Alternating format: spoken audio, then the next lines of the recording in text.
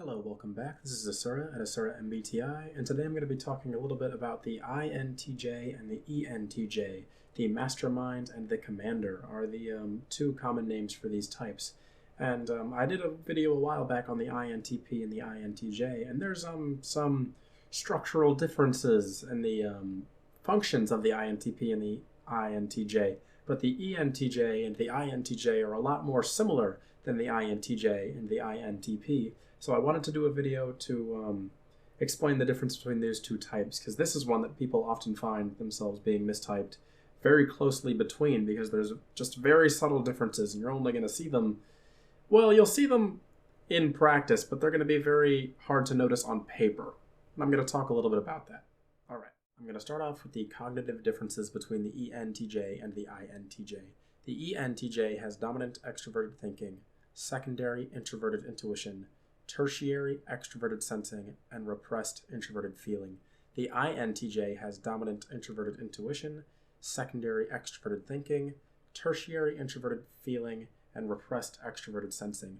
Now, if you notice closely, it's actually not that hard to notice that all of the functions in these two personality types are the same. They just are in a very slightly changed order. The primary pair are swapped. And this is going to change things about these two personality types, but it's going to be very subtle unless you're on the outside. To an outsider, the ENTJ and the INTJ are going to appear very different, as I said earlier, but on paper, it's going to be a little harder to notice. But a lot of people who are on the fine line between the ENTJ and INTJ will get confused.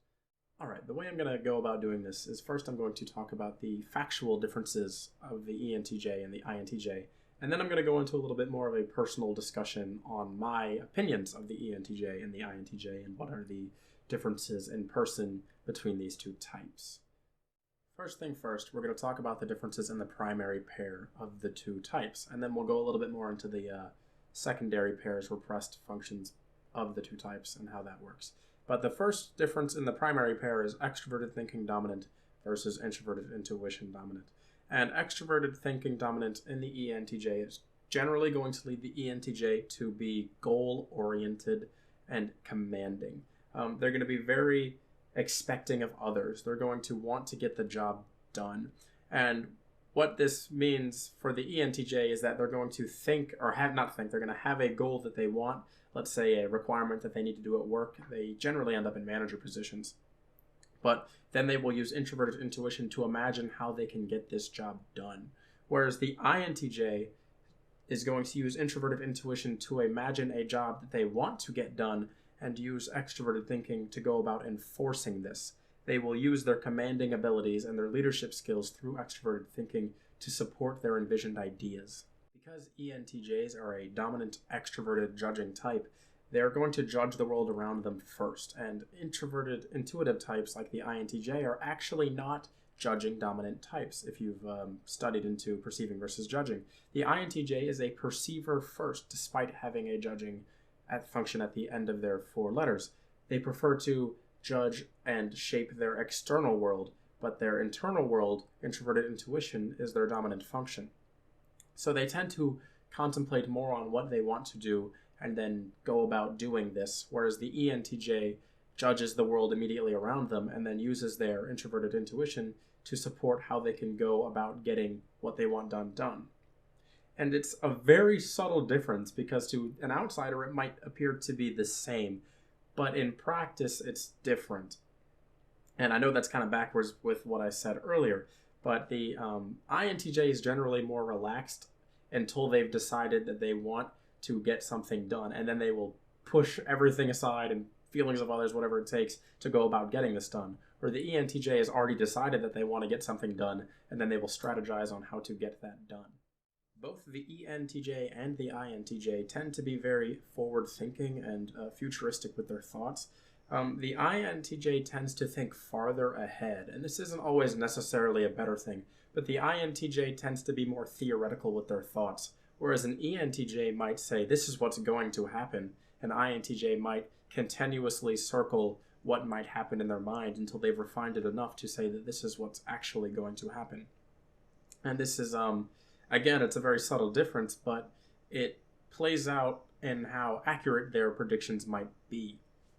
All right, now I'm going to talk about the secondary pair, and I'm going to start off by talking more about how the ENTJ and INTJ might handle emotions. The ENTJ has repressed introverted feeling, while the INTJ has tertiary introverted feeling. And the difference in this is that the ENTJ might be a little less in control of their morals and of their emotions when they are stressed or under pressure. Whereas the INTJ isn't going to resort to their emotions during times of stress or pressure unless it's extremely bad. And the reason this is because ENTJs, being dominant judgers, are going to judge something that affects them negatively first, whereas an INTJ is going to perceive something that is affecting them negatively first, and then, if all else fails, react to it with their judgmental function. To give an example of this, I'm going to have you imagine a store where an ENTJ and an INTJ are both working the same position. Above them is an assistant manager, and above that is a store manager. The assistant manager has been extra stressed today because the store manager is on the case of the assistant manager about the workload during the day. This leads the assistant manager to be stressed out and angry towards the lower end employees, the INTJ and the ENTJ, just because they're stressed in general. The ENTJ is more likely to be angry and outgoing with their thoughts about this because their extroverted thinking is going to be first. And they are more likely to express their thoughts on this situation, where the INTJ is more likely to perceive it first, being a dominant perceiving type, and switch their perspective to that of the manager. They might think in their mind, well, the manager is stressed today because they're being stressed out by the store manager, where the ENTJ might say, this is unfair, you shouldn't be stressing us out for no reason. Now I'm going to talk about the extroverted sensing function of the ENTJ and the INTJ. Well, the ENTJ is generally going to enjoy using their extroverted sensing more than the INTJ, and this is because the INTJ has repressed extroverted sensing. The ENTJ might enjoy going to parties, being in loud places, riding roller coasters, things like that, where the INTJ typically does not enjoy things like this. The INTJ says, no, I don't want to be somewhere if it's going to be overly loud. They might not exactly be afraid of this, but they generally get sensory anxiety. And I talked about this in one of my other videos for a second, but it's not like autistic sensory anxiety. It can be, but generally it's just that they have so much being absorbed through their repressed extroverted sensing that it's being fed into their subconscious and perceived through introverted intuition that they don't exactly know what to do with all of this information. Where the ENTJ, who is letting extroverted thinking lead, isn't worried about that because their extroverted sensing is feeding more into their extroverted thinking than it is their introverted intuition. To simplify this, the extroverted sensing function of the INTJ is going to fuel their visions and futuristic thoughts, while the extroverted sensing of the ENTJ is going to help fuel their opinions on what is currently happening around them. So because the ENTJ is going to be less worried about what might happen in the future or what is happening, they are going to form judgments based on the now with extroverted thinking, whereas INTJs are going to perceive what might happen through introverted intuition or what is going to happen with their extroverted sensing fueling this.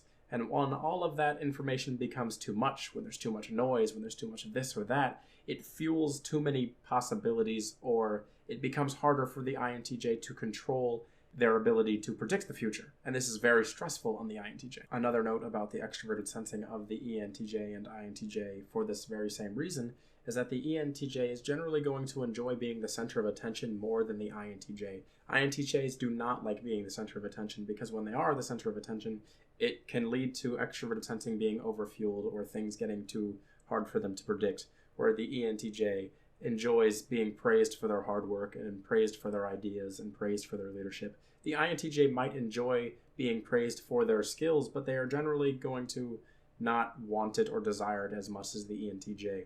ENTJs typically enjoy competing against others, where INTJs typically enjoy competing against themselves. INTJs like to set personal records. They like to be better than they were yesterday. And ENTJs enjoy doing this as well, but they typically are more competitive towards others in general. Now I'm going to go into a little bit more relaxed part of the video, and this is going to be more of my opinion than anything else towards the ENTJ, being an INTJ myself. When I speak to ENTJs, I often find that they are overbearing with their opinions and thoughts. And they can usually be made to see other ways if you can speak to them in the correct manner. This is kind of easy for the INTJ, who is very fluid with how conversations work. But the ENTJ typically has their opinion and they are sticking to it. And they typically don't really care what others think or feel, even less so than the INTJ, unless the INTJ is pushing full force with extroverted thinking to make their knee-based vision a reality. The ENTJ, being very commander-like, is going to ignore the opinions of people under them, where the INTJ might embrace these opinions. This isn't to say that ENTJs are heartless or that anything like that. The INTJ can be known to squander the opinion of people under them just as easily, but the ENTJ, typically being in a leadership position more often than the INTJ, grows used to doing this. They say, well, I know that my commanding skills are on point. I know that my leadership skills are on point. So if the people under me just do what I would say without question, things would be a lot easier. Where the INTJ might feel the same way. In my experiences, people tend to resent ENTJ leadership a little bit more than INT leadership. People seem to think that the ENTJs can be a little bit aggressive in their feelings. And in my opinion, it tends to be more of a passive-aggressive manner. ENTJs typically, if you don't do what they have to say, are going to be like, well, you should have done it, you messed up. Whereas an INTJ is going to reroute their goals in mind to try and figure out a solution to keep working towards that need-based vision. I personally, as an INTJ, don't enjoy leadership positions, but people tell me that I'm very good at them. I like to stick in the shadows. I like to be my own person, but I will very easily step up to a leadership position if I feel the person above me is not doing it well enough.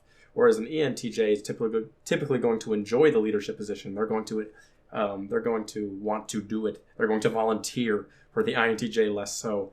Now, I will say, in my own personal opinion, I would rather be in a leadership position than a follower position. I enjoy either working on my own or leading. I do not enjoy being in a follower position all of the time. It's stressful on me because I am able to spot the flaws in the leadership above me because they're usually very present to the dominant introverted intuitive type. Alright, that's all I have for this video, but I will say I am thinking about doing a video for intertype communication between the ENJ and INJ types. This means the ENFJ, ENTJ, INFJ, INTJ, because I noticed that intertype communication between these two is something very interesting. If you would be interested in that, please let me know. I'm probably still going to be working on it either way. It's going to take me some time because I would really like to perfect and contemplate those thoughts and make sure I'm going to get this right. Thank you for listening and watching this, and if you have any suggestions on videos that you might think you'd like to see, let me know. Subscribe, leave a like. I'd really appreciate it. Have a good one.